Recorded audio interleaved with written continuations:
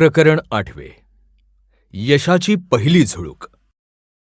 आईने मंगळसूत्रासहित तिचे दागिने आणि घरातल्या वस्तू विकून पाठवलेल्या पैशातून बाबांनी प्रथम दुकानाचं पुढच्या 2 महिन्यांचं भाडं आगाऊ दिलं आणि काही नवा मालही भरला.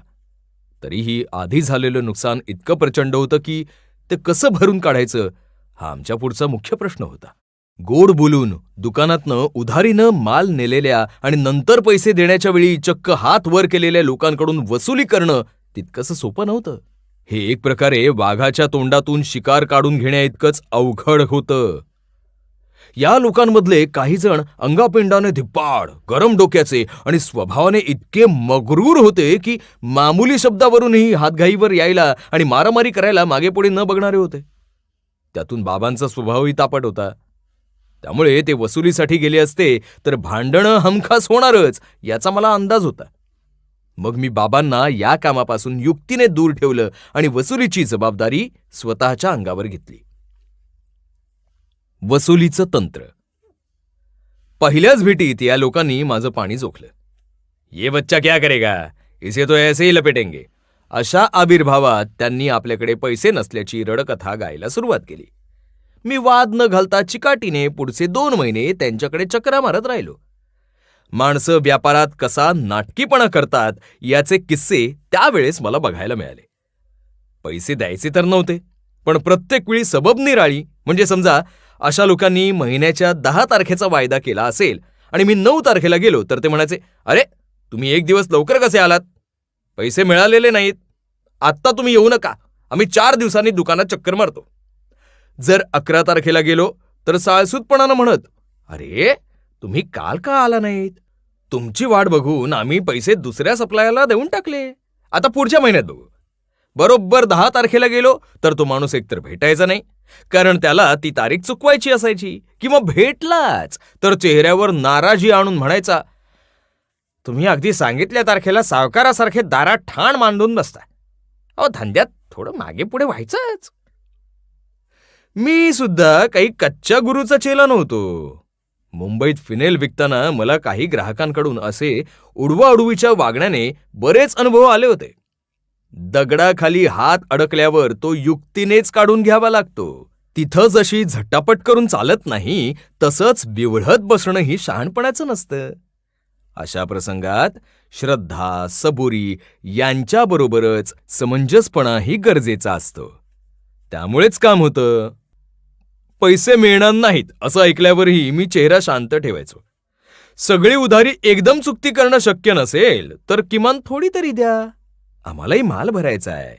घाऊक व्यापाऱ्यांनी पैशाअभावी आम्हाला माल नाकारला तर आम्ही तरी व्यवसाय कसा करणार आणि तुम्हाला माल कसा देणार, असा आर्जवी प्रश्न विचारल्यावर काही देणेकरी थोडेफार पैसे चुकते करायचे. आपल्याकडे संस्कृतमध्ये एक सुभाषित आहे, सर्वनाशे समुत्पन्ने अर्धम त्यजन्ति पंडितः. त्यानुसार किमान 50% उधारी वसूल व्हावी असा माझा प्रयत्न असायचा. उधारी थकवणाऱ्यात 3 प्रकार असतात. हातात खरोखर पैसे नसल्यानं वैतागलेले लोक, केवळ गंमत बघायची म्हणून वेळकाढूपणा करणारे लोक, आणि चमडी जाय पर दमडी न जाय असे पोहोचलेले लोक. त्यांच्यासाठी वेगवेगळे उपाय योजावे लागायचे. प्रामाणिक माणसांना मुदत वाढवून देऊन किंवा हप्त्यानं उधारी चुकवण्याची सवलत द्यायची. वेळकाढूपणा करणाऱ्यांना माल देताना काही अनामत रक्कम ठेवून घ्यायची किंवा किंमत वाढवून सांगायची. आणि 3ऱ्या प्रकारच्या बनेल आणि निर्ढावलेल्या लोकांना पुन्हा दारात उभं करायचं नाही, हे ते धोरण. मी शांत राहून चिकाटीने पाठपुरावा केल्याने काही महिन्यात थोडंफार येणं वसूल झालं. त्यानंतर मी दुकानाकडे लक्ष वळवलं. बाबा शांतपणाने वागत असले तरी आईला दागिने विकायला लागल्यानं मी पुरता निराश झालो होतो. मनात सारखे विचार येत की बस झालं ही गाजराची पुंगी वाजवणं, बाबांना दुकान विकायला लावून भारतात परत जावं. बाबांच्या थोड्याशा निवृत्ती वेतनावर घर चालेल आणि मी कुठेही सेल्समनची नोकरी करून त्यांना मदत करेन. पण त्याच वेळी आईला लिहिलेल्या पत्रातला निर्धारही सतत आठवायचा. मग मी अगदी प्रत्येक काम अंगावर घेऊन त्यात स्वतःला बुडवून टाकायला लागलो. दिवसाचे 16 तास दुकानाचं काम, 7 तासांची झोप आणि 1 तास घरकामाला, असा 24 तासांचा हिशोब बनवला. आंघोळ, आवराआवरी, स्वयंपाक, अंथरुणं काढणं घालणं यांचा समावेश घरकामात. तरीही माझ्या मनात एक पोकळी निर्माण झाली होती. एका गाण्यातल्या शब्दांप्रमाणे, वाट संपता संपेना, कुणी वाटेत भेटेना. कुठे आला, कसा आला, कुणी काहीच सांगेना, अशी माझी अवस्था झाली होती. धीर धरी रे धीर धरी. एके दिवशी मी दुकानात असाच काम करत होतो. कुणी गिराईक काउंटरवर एक फिल्मी मासिक विसरून गेलं होतं. मी ते उचलून सहज चाळायला लागलो. त्यातल्या एका लेखानं माझं लक्ष वेधून घेतलं. तो लेख सुपरस्टार अमिताभ बच्चन यांच्यावर होता. हिंदी चित्रपटसृष्टीत काही करून दाखवण्याच्या उर्मीनं अभिनयासाठी मुंबईत आलेल्या तरुण अमिताभला प्रारंभी बराच काळ यशानं हुलकावणी दिली. त्याच्या भूमिका असलेले पहिले 10 चित्रपट फारसे चालले नाहीत. निराश होऊन मुंबईला रामराम करत पुन्हा मूळगावी अलाहाबादला परत जाण्याच्या मनस्थितीत तो असतानाच एक नवा चित्रपट चालून आला. एक शेवटची संधी घेऊन बघायची या विचाराने अमिताभने तो स्वीकारला. त्या चित्रपटाचं नाव होतं जंजीर. अमिताभचा हा चित्रपट एवढा गाजला की त्याला पुन्हा मागे वळून बघावंच लागलं नाही. या लेखामुळे माझ्या मनावरची निराशेची काजळी दूर झाली आणि निश्चयाची ज्योत तेवायला लागली. दुकान फायद्यात आणणे याखेरीज मला दुसरं काही सुचेनासं झालं. मी सगळी कामं स्वतः करतो हे बघून बाबांनी मदतीला घेतलेला एक माणूस मला कुत्सितपणे म्हणायचा, छोटे मालक, तुम्ही दुकानातली बारीक सारीक कामंही स्वतःच करता, पण मग धंदा कधी करणार? हा माणूस व्यापारी कौशल्यासाठी प्रसिद्ध अशा एका समाजाचा होता आणि त्याला त्याच्या जातीचा खूप अभिमान होता. तो आडवळणाने माझा अपमान करायचा. व्यापार करावा तो आम्ही लोकांनीच, इतरांचं ते काम नाही, अशी प्रौढी मारायचा. मी त्याला उत्तर न देता मान खाली घालून काम करायचो. खरं तर तुम्ही लोक व्यापारात इतके यशस्वी आहात तर मग आमच्या दुकानासाठी का काम करता, असा प्रश्न माझ्या जिभेवर यायचा. पण मी प्रत्युत्तर टाळायचो, कारण वाद घालण्याइतकी फुरसत मला नव्हती. हा माणूस लक्ष्मी टिकून राहावी म्हणून हातात एक लाल धागा बांधायचा. पुढे तो धंद्यात अयशस्वी झाला. माझा मात्र कष्टांवर विश्वास असल्याने मी कधीही लक्ष्मी प्राप्तीसाठी गंडे दोरे बांधणं, व्रतवैकल्य करणं या नादाला लागलो नाही. पिठाची चक्की चालवली. आमच्या दुकानाच्या जवळ एक पिठाची चक्की होती. एक बांगलादेशी मुस्लिम गृहस्थ ती चालवत. त्यांना मी मुल्ला चाचा म्हणायचो. या मुल्ला चाचांची आणि माझ्या बाबांची त्या गिरणीत थोडीफार भागीदारी होती. आम्हाला दुकानात तयार पिठं ठेवावी लागत. ती आम्ही या गिरणीतून दळून घेत असू. मुल्ला चाचा धान्याच्या घाऊक व्यापारातही सक्रिय होते. हा व्यापार देरा दुबई भागात चालायचा. मुल्ला चाचा कधी गिरणीत तर कधी देरा दुबईतल्या छोट्याशा जागेत बसून काम करत. मला दुकानात खूप कष्ट करताना बघून त्यांना कौतुक वाटायचं. ते स्वतःही कामसू होते. मुल्ला चाचांनी मला चक्की चालवायला शिकवलं. मी ते इतकं मनापासून शिकलो की आमची पिठं दळून झाल्यावर मी त्यांच्या इतरही ग्राहकांची दळणंही करून द्यायला लागलो. चाचांना आमच्यावर ओढवलेल्या संकटाची कल्पना होती. ते मला सांगायचे, जय बेटा, एक बात हमेशा ध्यान में रखना, जिंदगी में हुनर और मेहनत कभी खाली नहीं जाती. दुबईचे 2 भाग पडतात, बार दुबई आणि देरा दुबई. या दोन्हींच्या मध्ये खाडी आहे. देरा दुबई हा भाग पूर्वी दुबईचं व्यापारी केंद्र मानला जायचा. मसाल्यांसहित अनेक वस्तूंची घाऊक उलाढाल इथे व्हायची. मुंबईला जसं मस्जिद बंदर भागातून ठोक भावाने मसाल्याचे पदार्थ लोक खरेदी करतात, तसंच दुबईतही छोटे मोठे व्यापारी देरा दुबईतून घाऊक दराने वस्तू खरेदी करायचे आणि दुबईत आणून विकायचे. त्यावेळी ही खाडी पार करून जाण्यासाठी वाहतुकीचं स्वस्त साधन म्हणजे लाकडी होड्या. त्यांना अरबी भाषेत अब्रा म्हणतात.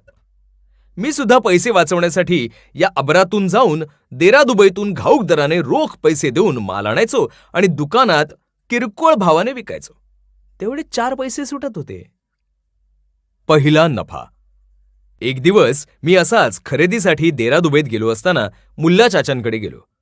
बोलता बोलता चाचा म्हणाले, जय, माझ्याकडे उत्तम दर्जाच्या मिरचीच्या तिखटाची एक बॅग आलीये, तुला हवीये का? ती बॅग म्हणजे 40 किलोची गोणी होती. माझ्याजवळचे पैसे नेहमीच्या खरेदीत संपले असल्यानं मी त्यांना नकार देऊ लागलो. त्यावर चाचा म्हणाले, अरे घेऊन जा. चांगली वस्तू हातची सोडू नकोस. पैसे महिन्याभरानं दिलेस तरी चालतील. काय विचित्र गोष्ट होती. इथे आम्ही उधारीमुळे तोट्यात गेलो होतो आणि दुसरीकडे मला कोणीतरी उधारीवर माल द्यायला तयार होतं. तरीही प्रथमच उधारीवर माल मिळाल्याने मी आनंदलो. ती 40 किलोची गोणी खांद्यावर घेतली आणि निघालो. ते कडक उन्हाळ्याचे दिवस होते. सूर्य आग ओकत होता. तापमान 47°C. मी 21शीत असल्यानं अंगात जोम होता. मी ती गोणी 3 किलोमीटर खांद्यावर वाहून आणली. जळजळीत अनुभवाला दाहक का म्हणतात हे त्या दिवशी समजलं. त्या गोणीतलं तिखट भुरभुरून मानेवरच्या घामात मिसळून थेट पाठीपर्यंत पोहोचलं होतं. माझ्या अंगाची नुसती आग आग होत होती. तरीही मी गोणी दुकानात आणली. तिखटाच्या खाक्याची पर्वा न करता लगेच त्याच्या छोट्या छोट्या पुड्या पॅक केल्या. ते तिखट खरोखरच उत्तम प्रतीचं असल्याने ग्राहकांना आवडलं आणि पुड्या हातोहात विकल्या गेल्या. चाचांनी महिन्याची मुदत दिली असताना मी त्यांचे पैसे 15 दिवसातच चुकते केले. या व्यवहारात मला चांगलाच नफा झाला. ही यशाची झुळूक मनाला इतकी उभारी देणारी होती की तब्बल वर्षभराने माझ्या चेहऱ्यावर समाधानाची लहर आली. जाणत्या लोकांचं मार्गदर्शन आणि आपले कष्ट या जोरावर आपणही व्यवसायात प्रशंसनीय कामगिरी करून दाखवू हा आत्मविश्वास माझ्यात निर्माण झाला. त्या दिवसापासून व्यवसायाच्या वेडाने मला झपाटलंच. मी ठरवलं की जो नवं शिकवेल तो आपला गुरु. मी सर्वांशी बोलायला लागलो आणि त्यांच्याकडून मिळणारे कानमंत्र साठवायला लागलो. चांगल्या वस्तू कुठे मिळतात, त्यांची प्रतवारी कशी करावी, ग्राहकांच्या आवडी कशा जपाव्यात, असं एक एक कौशल्य मी आत्मसात करायला लागलो. दुसरीकडे माझ्या अर्धवट राहिलेल्या शिक्षणाकडेही लक्ष द्यायला सुरुवात केली. 12वी नंतर मी व्यवसाय प्रशासन बिझनेस ॲडमिनिस्ट्रेशन शाखेकडे वळलो आणि पुढे दुबईतल्या अमेरिकन लिबर्टी युनिव्हर्सिटीतून मी बिझनेस ॲडमिनिस्ट्रेशनमधली डॉक्टरेटही गुणवत्तेसह पूर्ण केली. गंमत म्हणजे या वर्गात मी शिक्षकांचा आवडता विद्यार्थी ठरलो. एकेकाळी शाळेत काठावर पास होणाऱ्या आणि गणितात 5 वेळा नापास झालेल्या धनंजयची पात्रता डॉक्टरेट मिळाल्यावर आता डॉक्टर धनंजय दातार अशी झाली. दुबईत पाऊल टाकल्यापासून मी घरी मुंबईला गेलोच नव्हतो. स्वतःला दुकानात अक्षरशः गाडून घेतलं होतं. दुबईजवळच्या ठिकाणी सहलींना, चित्रपटांना किंवा सांस्कृतिक कार्यक्रमांनाही गेलो नाही. या कर्मभूमीने माझी कठोर सत्व परीक्षा घेतली खरी, पण मी कसोटीवर उतरल्यावर तितकंच भरभरूनही दिलं. 3.5 वर्षांनी मी मुंबईला परतलो. तेव्हा आईच्या मंगळसूत्रासहित सर्व दागिने नव्यानं घडवून सोबत आणले होते. आईचं सोन्याचं मंगळसूत्र तिच्या हातात ठेवताच तिला गहिवरून आलं. तिनं मायेने मला जवळ घेतलं आणि गालावरून कौतुकाने हात फिरवला. आईच्या चेहऱ्यावरचा आनंद हे माझ्या आयुष्यातलं सर्वात मोठं बक्षीस होतं.